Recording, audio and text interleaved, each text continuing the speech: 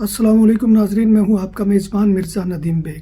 ناظرین محترم، ہمارے ہاں عموماً یہ طرز عمل ہوتا ہے کہ ہم جب ڈاکومنٹس کے حصول کی جد و جہد میں لگے ہوتے ہیں تو ہم اس کے لیے فیک ڈاکومنٹ حاصل کرنے کے لیے بھی پورا زور لگاتے ہیں، اور اس میں سب سے جو امپورٹنٹ ہے وہ آپ کو معلوم ہے کہ پادرون ہے، یعنی کسی گھر کی رجسٹریشن ہے۔ اسپین میں اگر آپ جعلی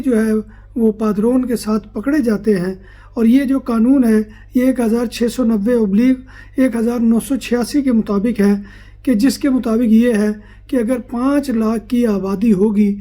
یعنی اس علاقے کی جہاں پر آپ کی پادرون کروائی گئی ہے یا پادرون شو کی گئی ہے، تو اس کے نتیجے میں آپ کو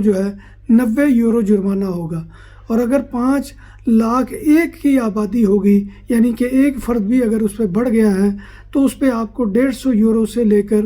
مزید وہ بہت زیادہ وہ جرمانہ ہو سکتا ہے۔